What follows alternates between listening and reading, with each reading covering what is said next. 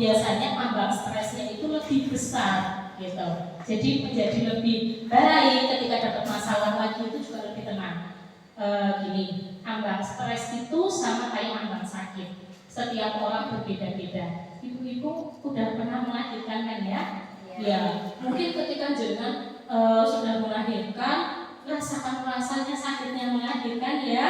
Nah, pernah mungkin berkomentar bahwa, lah, yang mau tahu melahirkan biar orang ngasih jerit-jerit, aku namanya tiba-tiba kok jerit-jerit gitu. Pernah kan ya? Mungkin berkomentar gitu. Ada. Karena apa? Karena kita ini enggak fokus gitu loh sama mereka. Jadi dianggapnya WC cilik permasalahan itu ringan. Buat Anda memang ringan karena Anda sudah melewati fase itu. Tapi buat mereka itu berat. Jadi kadang-kadang memang butuh dukungan. Dan masalah kesehatan mental ini, siapa yang kita perlu untuk waspadai? Yang pertama itu remaja. Anak-anak remaja itu butuh sekali dampingan. Kalau enggak gampang terjerumusnya gitu. Dan basic permasalahan dari pasien yang saya tangani awalnya berawal dari keluarga. Saya merasa nggak ada yang memperhatikan, saya merasa nggak didengarkan, saya merasa sendirian. Akhirnya dia pergi ke pacarnya. Nanti sama-sama pacarnya dia hamil. Nanti kalau sudah itu banyak permasalahan yang muncul. Terus nanti kalau enggak dia sama temannya dapatnya minum pil, minum obat ini biar tenang. Nah nanti akhirnya terjerumus dengan salah satunya remaja. Terus yang kedua lansia, karena yang namanya lansia itu kan gini ya, ketika orang itu tadinya sehat, tapi kalau mau ngomong sering bingung, terus kemampuan dia ngomong juga berkurang, gitu. Itu. Terus habis itu perasaan orangnya kok yang tadinya humble, supel, suka keluar, kok tiba-tiba dia suka menutup diri, gitu. Terus jadi gampang cemas, ya. Terus juga termanifestasi dalam bentuk sekumpulan. Jadi jangan pernah mengatakan orang yang cemas, oh ini namanya kecemasan. Beda. Cemas itu perasaan. Jadi ini sekumpulan. Oh ini depresi, gak ada anak saya depresi. Nah kamu depresi dari mana mengatakan dirimu depresi? Aku depresi karena aku sedih. Gak bisa kita meletakkan satu gangguan hanya dengan satu gejala aja. Jadi gejalanya itu dalam bentuk pikiran, perilaku, mungkin tiba-tiba orangnya jadi gampang marah, sensitif banget. Biasanya kita bercanda kayak gini, nggak apa-apa kok dia kali ini kok lagi marah. Ini biasanya terjadi sama kita ya ibu ya. Sebulan sekali ya kita ngalamin gitu ya. Kayaknya diajakin bercanda apa, rasanya kayaknya pengennya ngamuk banget gitu ya. Kalau lagi PMS, ya ini berarti ini lagi nggak oke nih gitu. Jadi ada perubahan-perubahan hormon, gitu itu. Nah ini kenapa nih? Gitu. Yang akhirnya membuat dia itu nggak bisa berfungsi, yang namanya tadinya pekerja ya bekerja, yang namanya jenengan ini seorang kader tiba-tiba gara-gara gangguan cemasnya, gangguan sedihnya jadi nggak termotivasi, akhirnya orang itu malas untuk melakukan tugasnya, mangkir dari tugasnya, gitu, paham ya? Jadi sekumpul, mungkin pernah dengar ya ada yang bilang zamannya aku dulu tuh nggak pernah loh ada yang namanya anak-anak depresi, semuanya tuh sehat walaupun orang tuanya galak-galak ya. Zaman kita, saya kecil dulu tuh orang tua saya tuh galak, maksudnya tuh dipukul ya, pernah dipukul di kamar ya, pernah kayak gitu. Tapi kalau ini terjadi sama anak sekarang loh, itu kan loh, dianggap ibunya nanti ADRT gitu, kekerasan dalam anak gitu kan, anak itu bisa dilindungi gitu. Jadi kenapa kok mentalnya itu jadi nggak kuat kita dulu gitu. Nah pertanyaannya, apakah memang anak-anak di zaman kita itu benar-benar sehat ataukah memang sebetulnya bermasalah tapi nggak keluar, nggak muncul? Karena pada zaman dulu belum banyak orang yang fokus ke masalah kesehatan mental. Yang penting kamu masih bisa kerja, masih oke gitu. Yang penting kamu masih bisa baik-baik saja. Umpamanya kita di sini nih, rasanya itu kan baik-baik saja nih. Tapi ada yang tahu, mungkin ada yang lagi sedih. Ada Bu. Ada tahu kan? Kalau nggak mau Pak, coba. Mungkin bisa jadi. Kan kita juga nggak tahu Masnya yang di sini semalam bisa tidur apa enggak. Itu kan nggak ngerti ya Mas ya. Kan kita tahu Masnya sehat, di sini oke ada. Dia lagi mikir apa kita juga nggak tahu. Jadi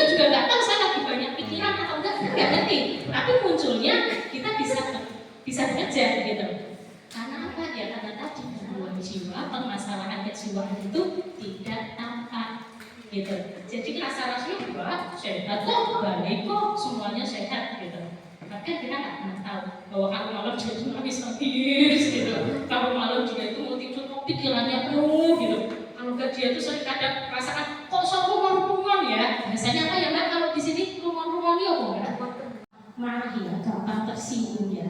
Ini masalah-masalah kejiwaan. Tapi masih bisa terkontrol. Kadang-kadang ketika saya jengkel, saya bilang, terus saya sampai dulu naik motor, beli bakso dulu atau kemana dulu gitu. Terus akhirnya saya pulang, oke masih baik gitu. Paham ya? Ini kan nggak mungkin nih kita itu nggak pernah ada masalah gitu. Itu J. Jadi bedakan antara ODGJ dan ODMK. ODGJ itu berarti orang dengan gangguan jiwa dan dia itu sudah terdiagnosa, sedangkan ODMK adalah orang-orang dengan masalah kejiwaan. Contohnya yang orang tadi sakit gitu, didiagnosa sakit kanker, kalau bisa sekitar mati-mati. Orang kalau udah tahu sakitnya kanker, terus kankernya sudah ganas, stadium 3 pulang gitu. Orang itu jadinya apa yang dirasakan kira-kira? Stres ya, cemas ya, rasa cemas ya, gelisah, nggak bisa tidur. Rasanya setiap hari mau mati aja gitu. Ya itu namanya ODMK, orang dengan masalah kejiwaan karena dia mengalami kondisi fisik, jadi dia sulit untuk beradaptasi, gitu ya. Terus yang ketiga, pengalihan yang tidak rasanya itu kayak nyaman, rasa kayak aman. Kenapa? Seperti yang tadi saya bilang, penyakit fisik itu kelihatan, pilek kelihatan, batuk kelihatan, kedengaran, rasa sedih atau yang bisa lihat. Tapi ada nggak? Ada nggak? Ada. Dirasakan. Ya kan? Nggak nyamannya dirasakan. Dengan dia hati-hati penyakit dirinya dia sendiri, berdarah, ada lukanya, sakitnya itu dari dalam sini biasanya akan keluar teralihkan, dan itu akan menjadi cabul buat dia ketika dia sakit, ketika dia nggak nyaman, ketika ada masalah berarti larinya ke situ. Ini cuma orangnya sama seperti halnya orang remaja yang melakukan seks bebas menggunakan narkoba atau obat-obatan. Yang paling gampang itu biasanya cutting. Karena yang sakitnya di sini itu nggak bisa digunakan, ketika di sini itu jadi tenang ini loh penyakit ini. Sakitnya beralih. Jadi dia dengan segera. Mungkin buat jenengan itu bukan hal yang lazim itu terjadi, tapi saya itu kalau ketemu sama pasien hampir bisa saya cek itu di sekujur tangannya itu ada bekas sayatan. Karena apa ya? Karena itu mekanisme dia untuk mengeluarkan emosi, gitu. Nah sebetulnya ada banyak cara sih pengeluaran emosi, tapi mungkin next time kali ya nggak mesti kita bahas masalah itu karena nanti terlalu panjang, jenengan juga bingung nanti ya. Oke, jadi gitu pengalihannya tidak tepat, perilakunya impulsif, banting barang, mukul, gitu, atau mungkin tadi yang hati, gitu. Jadi karena dia gampang. Karena pernah ada satu pasien saya itu cerita gini, Bu, nanti saya mau pergi ke pengajiannya Ustaz Hanan Fataki. Nanti kalau sudah ke Ustaz Hanan Fataki saya menemukan saya itu bisa hidup atau tidak, saya menemukan makna hidupnya saya atau tidak. Kalau itu saya temukan, berarti saya jadi untuk bunuh diri, saya jadi untuk mati. Tapi kalau saya merasa kesitu pun saya tetap kosong, tidak menemukan jawaban, saya sudah menyiapkan untuk di tanggal ini saya akan matinya dengan cara ini, dengan ini dan ini. Sedetail itu. Karena dia merasa bahwa hidup di dunianya ini ya semuanya itu nggak adil. Jadi guys, saya lebih baik sama Tuhan aja. Tuhan kalau Tuhan menghukum saya sebagai orang yang mati karena bunuh diri, ya memang saya salah. Sedangkan di sini belum tentu saya salah, tapi sudah dapat hukuman. Padahal sebetulnya itu kan hal yang klise ada di masyarakat ya. Saya selalu bilang sama pasien, Mbak, Mas, kita itu ketika dapat masalah, anggaplah kita ketemu sama orang tua deh. Biasanya problemnya sama orang tua. Orang tuanya kamu galak, orang tuanya kamu otoriter, sukanya nyalahin kamu aja tanpa mau dengerin kamu. Ya anggap aja ini sekolahnya kamu, sekolahnya kita itu suatu ketika akan masuk ke lingkungan masyarakat, orangnya jauh lebih beragam dan lebih unik. Jadi ini baru hadapin satu, kamu nanti kalau masuk ke masyarakat 10 orang kamu ketemu yang begitu. Jadi anggaplah ini sebagai kamu tuh belajar gitu. Di awal membiasakan, ya wes itu rasa dirumahke, yang ini yang bisa dirumahke gitu. Karena kita tuh tidak bisa mengatur komentar-komentar orang. Kadang-kadang yang demikian perlu kita pahamkan bahwa ketika kamu dapat masalah, dapat hal yang tidak nyaman, bukan berarti itu kamu gagal, tapi itu kamu harus sebagai proses pembelajaran. Makanya tadi saya jelaskan bahwa ada dua macam stres, bahwa stres itu bisa dinilai dengan negatif, bisa dinilai dengan positif. Begitu. Jadi kita mengajarkan seseorang untuk belajar untuk tidak selalu melihat dengan kacamata yang jelek. Karena ketika menggunakan kacamata jelek, ya risiko untuk menjadi gangguan jauh lebih besar. Gitu. Oke, next mas. Di takutnya atau di perasaan marahnya. Jadi orang itu kan mesti punya cemas, punya sedih, punya marah. Tapi kan dia nggak mungkin. Umpamanya saya punya banyak aktor, nggak menyenangkan. Saya ngamuk di sini berarti ini kan dia nggak cocok ya. Iya. Nah, kalau orang sudah mengalami gangguan ini, dia itu sudah nggak ingat. Dia adalah hidup. Anggaplah, jadi aku ya nggak mau ngamunya aku ya, contohnya ya, tapi ya gampangnya gitu ya.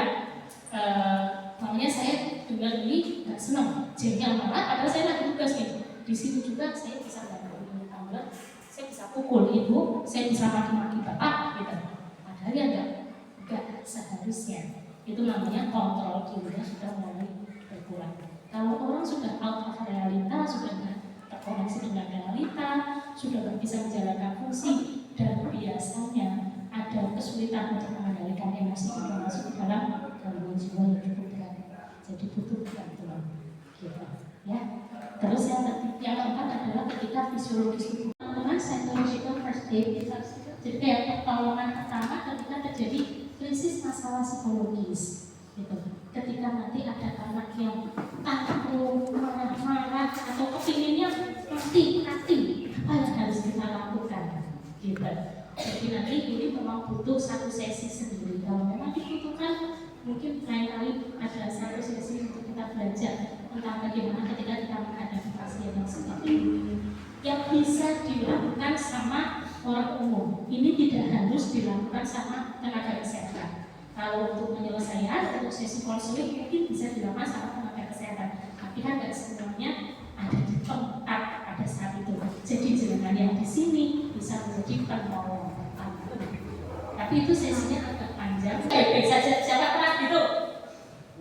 Saya gitu dulu. Saya begitu. Jadi ketika saya tetap enggak, saya tidak gagal, saya baik-baik aja kok. Enggak usah ditolak. Bahwa kita gagal, saya sedih, saya terima. Ya memang saya gagal, saya sedih ya. Tapi ya udahlah, kok kamu juga sudah berusaha keras kok, kamu sudah berusaha kan, ya berarti namanya berarti oke, kita bawa semua baik-baik aja. Nah, seperti itu. Terus yang kedua, menerima atau mengapresiasi seni kehidupan lah ya, bahwa yang namanya sedih ya nanti ada senangnya, yang namanya gelap itu ya nanti ada terangnya gitu. Itu hal yang biasa. Terus memberikan apresiasi ke diri sendiri, masuk gangguan jiwa atau bukan, gitu ya. Oke, kita lihat kondisi di mana seseorang itu mengalami gangguan perilakunya dia marah-marah, dia banting-banting barang, gitu kan, membangkang sama orang, itu yang pertama. Terus yang kedua biasanya orang takut kecanduan gadget, jadi malas untuk makan, malas untuk belajar, malas untuk sekolah. Berarti keberfungsiannya terganggu. Itu manifestasi yang kedua. Terus yang ketiga, perasaannya jadi gampang marah, jengkel juga, ya kan? Apakah itu bisa dilihat dari itu masuk ke dalam kategori gangguan? Iya, karena dia itu manifestasi gangguannya itu banyak. Bisa kita masukkan itu dalam gangguan adiksi game namanya. Gangguan karena emosi karena adiksi game. Seperti halnya orang adiksi pada obat-obatan. Cuma ini adalah game. Bahwa adiksi itu bisa terjadi pada zat, bisa terjadi pada media sosial, pada gadget. Dan yang paling parah, ini memang mau nggak mau kita memang harus tegas sama anak. Ya boleh marah, ya harus kok gitu. Kalau marah ya mau sampai seberapa lama dia marahnya. Tapi kalau sampai itu mengganggu dan membahayakan, memang ini harus dirujuk. Kasus-kasus yang sampai ke tempat kami, biasanya dia sampai membanting, mencekik, mukul ibunya, gitu. Karena apa? Kaitannya dengan gadget. Jadi jangan sampai anak-anak kecil itu dibiasakan dengan gadget, biasanya nanti ada gangguan emosi. Di tempat saya itu ada anak kecil usia 3 tahun, kita juga sudah sampai nggak main HP, nggak main HP gitu. Kalau dia main HP sekali itu kita lihatin lepasnya itu sulit banget, dan akhirnya dia akan marah tantrum begitu. Jadi itu namanya kecanduan gadget, itu masuk ke dalam gangguan jiwa karena itu berefek ke perilaku, berefek ke emosinya dan juga fungsinya dia. Biasanya ke situ. Paham ya? Sebelum menjadi parah gitu, kalau bisa ya sudah, kalau marah-marah, tapi sesuai dengan aturan gitu. Bukan berarti kita peduli kesehatan jiwa, kita lemah terhadap aturan, itu bukan gitu. Jadi ada waktunya kamu harus belajar, ada waktunya kamu untuk bermain gadget, ada waktunya kamu untuk tidur. Aturan itu harus ada. Kalau enggak, nanti kalau sudah lepas kontrol, seperti yang dikirim ke kami begitu. Waktunya makan dia nggak makan sampai akhirnya terjadi peleketan usus. Waktunya dia mau pipis dia nggak mau pipis, akhirnya pipisnya ya di kasur, pupnya mau yang di kasur, apa dia nggak mau ninggalin gamenya. Ini yang akhirnya sudah kecanduan, sudah parah begitu. Emosinya itu jelas pasti akan berpengaruh. Gitu ya. Terima kasih, pertanyaannya bagus banget karena